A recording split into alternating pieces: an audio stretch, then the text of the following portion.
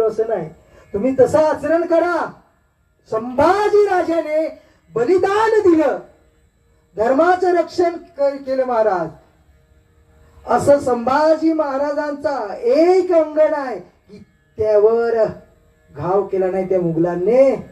खूप पीडा सहन केली पण महाराजांनी धर्म सोडला नाही.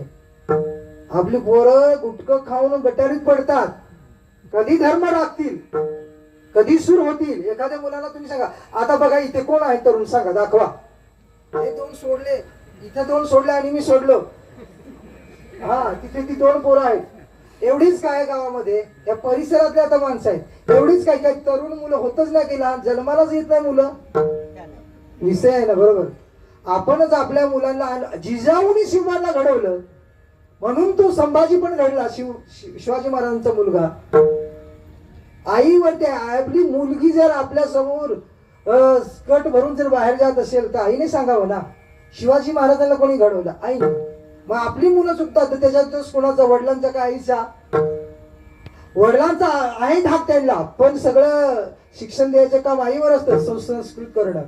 वडील कामावर जातात, घरी कोण असतं?